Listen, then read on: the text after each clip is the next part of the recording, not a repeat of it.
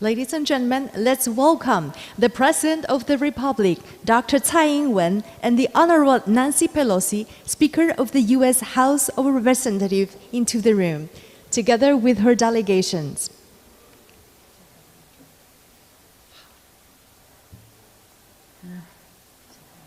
There has been so much press every place we go. And then you can take your seat, and so we can proceed with the Q&A. And before that, I will invite our President and the Speaker to deliver their remarks. So please take your seat. Thank you very much.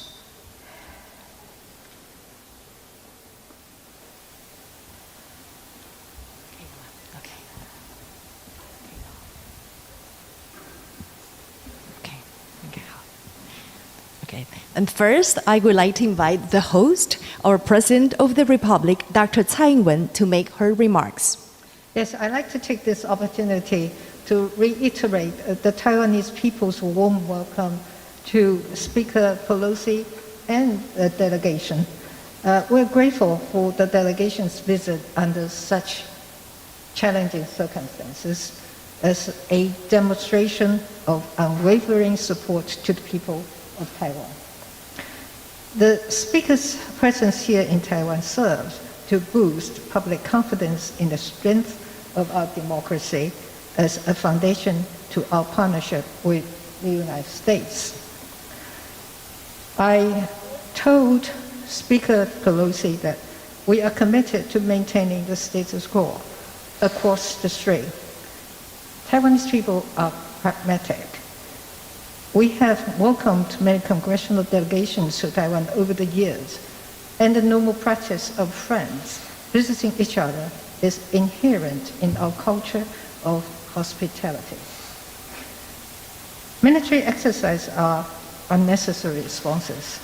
Taiwan has always been open to constructive dialogue, and we will work with stakeholders to bring about stability and peace in the region. Thank you.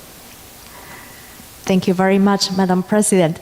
And now I'm honored to give the floor to Speaker Pelosi to deliver her remarks. Thank you very much. Thank you very much, Madam President, for your leadership and for the leadership gathered here with you today. I'm proud of my delegation. We're almost like one unit. The Chairman of the Foreign Affairs Committee, the Chairman of the Mr. Meeks, Mr. Takano, Chair of Veterans Affairs, Vice Chair of Energy and, Ways and Means, the Trade Committee, Congresswoman Susan Del Bene, a member of the Intelligence Committee, Mr. Krishnamurthy, and a member of the Foreign Affairs and Armed Services Committee, Mr. Kim. I say that because when I speak, my receiving your kind words as well as this invitation is really received and appreciated by members of Congress. On both sides of the aisle, on both sides of the Capitol, great enthusiasm for the U.S.-Taiwan relationship. Let's just put it in perspective. Over 4 decades ago, the Taiwan Relations Act was built in building a strong bond between our two countries, advancing our shared interests of governance, economy, and security, while respecting the One China policy. Our solidarity with you is more important than ever as you defend Taiwan and your freedom. In our bilateral meeting, we discussed key opportunities to deepen our partnership, upholding democracy and human rights and respect for the individual, combating, well, I'll get around to comment. 3 areas that I just mentioned: security, economy, governance. Security, our relationship is a strong one, and we discussed how we can make it stronger and more and up to date. In economy, we talked about a trade agreement that might be possible and soon. And in governance, among other things, and in governance, I want to salute Taiwan for the leadership you have provided in fighting COVID. Probably one of the highest rates of vaccination, but also the lowest number of deaths from COVID, a real model for the world. It's about science, but it's also about community acceptance of a plan, and that is called leadership. So thank you for that, a lesson to all of us. And so as we deal with those 3 areas, we come here following the President's lead on the Indo-Pacific economic framework. That's interesting. We support that. Again, in terms of security, economy, and governance. Taiwan's not a part of that, so we want to build a different set with the economic package, with our security package, and a trade agreement, hopefully, that is imminent. So this is a very important time for us because we came here to listen and to learn about how we can do this more effectively, really achieving the goals for Taiwan that we all aspire to but don't understand as fully as we do now because of this trip. So again, it's a great pride for us today, the first woman speaker in the House, meeting the first woman president of Taiwan. We have some enthusiasm for that, and again, we're very proud of our representative, Sandra Alkirk, and I'm proud of my colleague, Susan Delbene. So it may took a moment to take some pride in women's leadership. Again, our delegation came here to send an unequivocal message. America stands with Taiwan. Thank you, Madam President. Thank you very much, Your Honorable. Right now, with the permission of our President and Speaker Pelosi, we'll be taking up questions from the media. So we'll proceed right now taking the first questions from Taiwanese media, and it will be raised by Mr. Joseph Ye from CNA. Joseph? President Tsai, Madam Speaker, I'm Joe from the Central News Agency. I'm representing more than hundreds of Taiwanese media. I was given one question, so the question will be a little bit long, so please bear with me, because we have waited for 25 years for this chance. So you're the first House Speaker to visit Taiwan in 25 years, so do you foresee that your visit will bring up even more similar high senior official U.S. to visit Taiwan in the future, or maybe future speakers? This is the first part of my question. And the second part is, in accordance with Taiwan Travel Act, high-level visit a two-way thing. So a lot of U.S. congressmen has proposed President Tsai to speak at U.S. Congress, if possible. Do you see that it could realize anytime soon in the near future, especially under your leadership in the House? And the final question is, I'm sorry, 25 years again, sorry. The final question is, how do you see how the Chinese welcome you with military exercise and sanctions against Taiwan? Do you foresee that? Thank you. Well, first let me thank you for your questions on behalf of all of those other people. And to say that in terms of our visit here, and would that lead to other visits? I certainly hope so. But I think it's important to note that members of Congress, several of them have made trips just earlier this year. 5 senators, bipartisan, came, again, including the chair of the Foreign Relations Committee, Mr. Menendez, came. Not too much of a fuss was made. Individual senators have made trips or plan to make trips. And I just hope that it's really clear that while China has stood in the way of Taiwan participating and going to certain meetings, that they understand that they will not stand in the way of people coming to Taiwan. It's a show of friendship, of support, but also a source of learning about how we can work together better in collaboration. So, I think that they made a big fuss because I'm speaker, I guess. I don't know if that was a reason or an excuse, because they didn't say anything when the men came. What the second part was,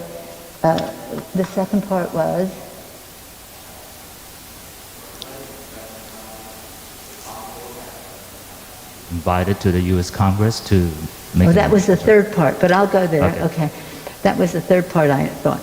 We haven't had a joint session in probably 3 years in Congress, partially because of COVID, but even before that it was Christmas and all that. So we haven't had many joint sessions. But we have tried to accommodate visits by bringing together, both sides of the aisle and both sides of the Capitol. And I would hope that that opportunity would be there.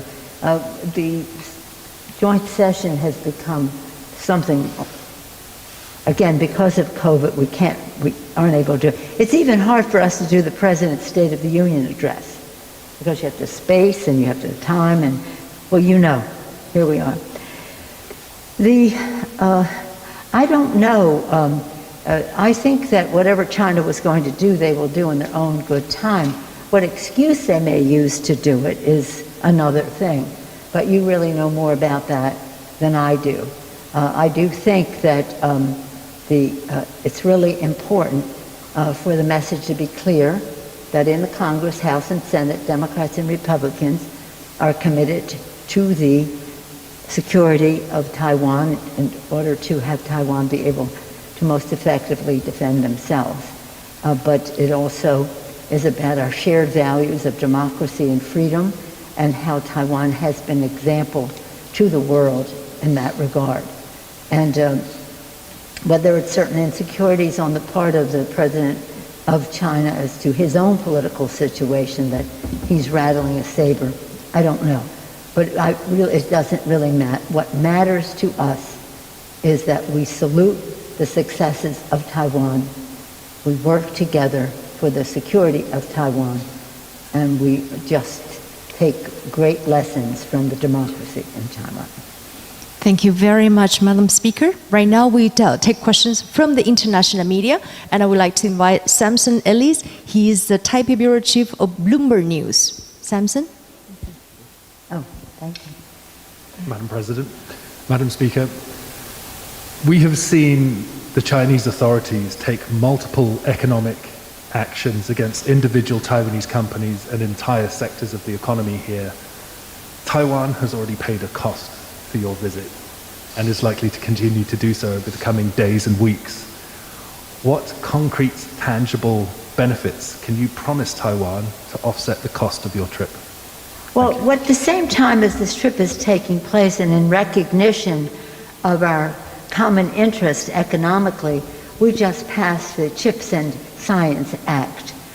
This is something that opens the door for us to, again, have better economic exchanges. I know that some Taiwan businesses, significant ones, are already planning to invest in manufacturing in the United States.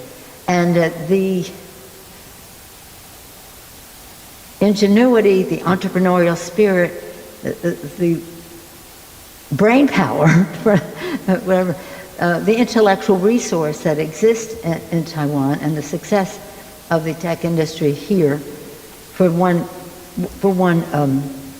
sector has been really a model, and again we want to increase our relationship. So I think that I would be saying that would be a goal we share, but with the CHIPS Act we're really facilitating reaching that goal, and it's pretty exciting. It's pretty exciting, and I think that you will see a recognition of the scientific success that Taiwan has had being a model for how we go forward. That's why our bill is called Chips and Science. Thank you very much, Madam Speaker. Right now, last but not the least, we will have a representative from the Japanese media, Mr. Ishiro Koichiro-san. He is the bureau chief of Asahi Shimbun of Japan. Hello. 你好，总统。 Konnichiwa. Hello, Speaker Pelosi. Konnichiwa. Thank you very much for taking my questions. My question is about the Chinese democracy. Now we are witnessing the Chinese authorities increasing various pressures, not only to Taiwanese people and Hong Kongese, but to their own citizens, I mean the Chinese people. And As a strong and long-time advocate of democracy, please let us share your ideas. How the democratic countries, including South Korea, Japan, where you are heading to, can deter China from invading Taiwan militarily, and how we can guide China toward a democratic political system. Thank you. Well, two things. In the context, your question comes in the context of right now a struggle between autocracy and democracy in the world. We cannot back away from that. And so as China goes and uses its soft power, money and whatever, into many countries in order to get their support at the UN and other bodies, we have to recognize if that has some effectiveness, because it's a lot of money and it's promises that may or may not ever be kept. So when we talk about Taiwan in that context, we have to talk from strength. We have to talk from strength. We have to talk from what Taiwan has been so good about is being technologically advanced, whether it's in business or security. And we have to show the world, and that's one of the purposes of our trip, to show the world the success of the people of Taiwan, their courage to change their own country to become more democratic, their respect for people and the rest, and quite frankly, a model in this region in that respect, in those respects. So strength, goodwill, and again, the demonstration of a democracy that has evolved to a stronger place now, and it offers a very strong contrast to what's happening on mainland China. No more evidence needed than what happened in Hong Kong under one country, two systems. It didn't happen. But again, we're not here to talk about mainland China. We're here to talk about Taiwan. We have our our Taiwan Relations Act. We support the communiques, this, that, and the other thing that have gone before. So we are supporters of the status quo and the rest. We don't want anything to happen to Taiwan by force. So strength, and one of the biggest sources of strength is democracy. I said at a meeting earlier with the parliamentarians, in our earliest days of our founding of our country, Benjamin Franklin presidency said, freedom and democracy. Freedom and democracy on one thing, security here. If we can't have either if we don't have both. So, security, economics, security, economy, and again, and governance, they're all related, and we want Taiwan to always have freedom with security, and we're not backing away from that. Okay?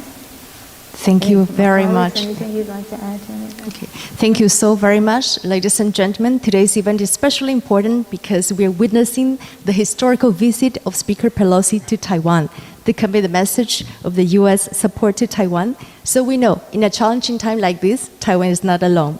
We also would like to thank very especially to President Tsai for her leadership, her resilience, strength, and wisdom shown in leading Taiwan. Also, our sincere appreciation goes to the distinguished members of the U.S. Congress who accompanied Speaker Pelosi in her trip, and your friendship means a lot to us. Thank you so much for being here in Taiwan.